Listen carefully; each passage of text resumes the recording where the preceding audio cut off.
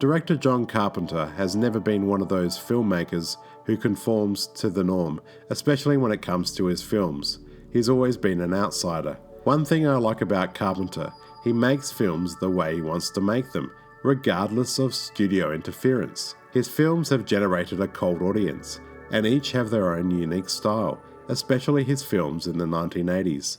They Live is no exception, and is definitely one of the most unique and clever sci-fi films of the 80s. The screenplay for They Live was inspired from many sources, but the main idea and inspiration for They Live came from a short story titled 8 o'clock in the morning by Ray Nelson that was originally published in the magazine of fantasy and science fiction in November of 1963, which involved an alien invasion in the tradition and style of Invasion of the Body Snatchers. Nelson, along with artist Bill Ray, known for his artwork for Marvel and DC comic books, would adapt a story called Nada, which would be published in the Alien Encounters comics anthology in April of 1986. According to John Carpenter, They Live was also based on an Eclipse comic book adaptation of this story. It wasn't just a short story, there was a comic book. I think it was Eclipse Comics, as I remember, that I found in a comic book store. It was based on 8 o'clock in the morning by Ray Nelson. And it had a kind of a traditional 50s premise, which is that in this case, in the short story and in the comic book, a guy goes to a hypnotism show.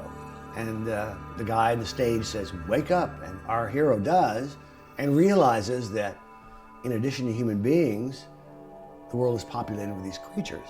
I don't know, it just spurred me to start thinking about a kind of science fiction movie, a grade B science fiction movie, frankly, because we didn't have a whole lot of money. Carpenter would acquire the film rights to both the comic book and the short story, and wrote a screenplay, using Nelson's story as a template for the film's structure. Carpenter would use the pseudonym of Henry Armitage, a character from the H.P. Lovecraft novel, The Dunwich Horror. Lovecraft was one of Carpenter's favourite writers that he always felt had a close kinship with. According to John Carpenter, Lovecraft wrote about the hidden world, the world underneath. The political elements in They Live came from Carpenter's absolute distaste of increased commercialism in popular culture and politics, particularly the influence of Reaganomics, the economic policies which were promoted by US President Ronald Reagan. Carpenter once said, "I have this adolescent hatred of authority. I've never gotten over it since I was a kid." Director Carpenter would say that the picture's basic premise was about the elite, the aliens from another galaxy who have taken over the world and exploited Earth like it's a third world planet, and after they exhaust all of our resources, we'll move on to another world. He explained, "I began watching TV again. I quickly realized that everything we see is designed to sell us something. It's all about wanting us to buy something. The only thing they want to do is take our money."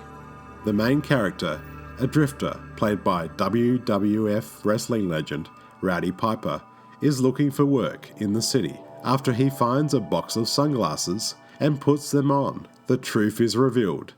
As he walks the streets of Los Angeles, he starts to see subliminal messages from billboard advertisements to magazines and TV. He also realizes that when he puts the glasses on, he sees that aliens are living among us. He finds out that the aliens conceal their appearance to manipulate people to spend money, breed, and accept the norm, and that most of the social elite are skull-faced aliens, hell-bent on world domination. The drifter, Nada, goes on a crusade to free humanity from these ugly, mind-controlling aliens. Carpenter would think of the sunglasses as a tool to see the truth, and everything is seen in black and white. The director would remark, "A Universal executive asked me, 'Where's the threat in that? We all sell out every day.' I ended up using that line in the film." Many actors were considered to play our hero, Nada. The role was originally written for Kurt Russell, but after Carpenter already used him in 3 films prior, he thought he should properly cast a different actor. Actors from Alec Baldwin, Michael Biehn, Jeff Bridges, even Tom Cruise, Harrison Ford and Patrick Swayze were considered, but he would go with the unlikely choice of professional WWF wrestler Rowdy Piper. For Carpenter, it was an easy choice. For the sidekick role of Frank, Carpenter would cast Keith David. He was impressed with David's performance in his film The Thing in 1982. Carpenter would write the role of Frank specifically for David. Meg Foster was cast as Holly Thompson after John Carpenter had seen her in the 1981 Canadian film titled Ticket to Heaven. Her character was the only one given a first and last name in the film. After the horror film Prince of Darkness in 1987, They Live would be John Carpenter's second and final film made with Alive Films. A deal was put together with Alive Films, Universal, and Carolco. Alive Films handled the supplementary market, Universal was domestic, and Carolco was foreign distributors. And they were so low budget, everybody won. So it was perfect for me, and I had final cut, and I agreed to make them for very little money. Principal photography for They Live went for about 2 months, in March and April of 1988, and was shot on location in downtown LA. The film's budget was almost $4 million. The aliens were made to look like ghouls, and according to Carpenter, the creatures are corrupting us, so the aliens are corruptions of human beings. Carpenter didn't want the aliens to look like the cliché alien creatures seen in many science fiction films. They had sort of metallic eyes, and they were simple to do. We had one mask, and I have to reveal to you that only one actor played all the aliens. That's the stuntman Jeff Amata. Everyone, male and female. Carpenter used real homeless people during production for a number of scenes. For the classic fight scene, Rowdy Piper and Keith David, during a lunch break, would rehearse the fight sequence in the backyard of director John Carpenter's production office. Carpenter would instruct them to remain in character. The fight scene is said to be one of the most classic fight scenes in movie history. Both of the actors developed a great chemistry on set. Originally, the fight scene was only supposed to last 20 seconds, but Piper and David decided to fight it out for real, only faking the hits to the face and groin. The fight scene ended up lasting longer in the shoot, so Carpenter ended up keeping the longer fight sequence, which lasted for 5 minutes and 20 seconds. Carpenter gave high praise to the film's matte painting work by Jim Danforth, featured in the scenes where Nada is looking through the sunglasses as one of the best effects scenes in film history. John Carpenter was the actual voice that says sleep in the film. John Carpenter worked with Alan Howarth to compose the score of They Live. This would be their 7th and final collaboration on a film together. The film was released in Europe with the title Invasion Los Angeles.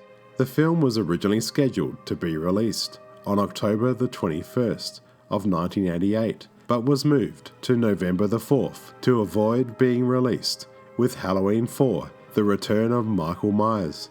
They Live opened at number 1 at the box office at $4.8 million, making a domestic gross of over $13 million. Unfortunately, the film would disappear from cinemas very soon after release.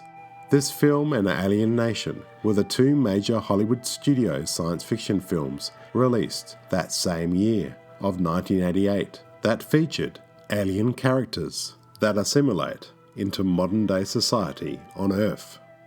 They Live would originally receive bad reviews, which would criticize its social commentary, writing and acting. As far as the underlying politics of the film goes, I think it applies even more today than it did back in the 1980s. At times, Rowdy Piper's acting needs a bit of work. He does his best, and his performance works for the film. The film has some entertaining moments, especially the fight scene between Rowdy Piper and Keith David, which is one of the most enjoyable and legendary fight scenes in film history, and their chemistry together is undeniable. They Live is a clever concept that features some memorable moments. Carpenter is one of the great directors because he usually made films under his own terms, regardless of the studio's interference. They Live has gone on to be a cult classic and has garnered many fans. They Live has inspired a whole new generation of fans and was referenced in the 2013 video game Saints Row 4, even using actor Keith David, who reprises his role from They Live. There is even a They Live themed level near the end of the game, which apparently unlocks Rowdy Piper as a combat ally. My name's Jonathan. Thanks for watching. If you enjoyed this video and like what you see on my channel, please subscribe, and if you would like to become a patron on my Patreon, click on the link below.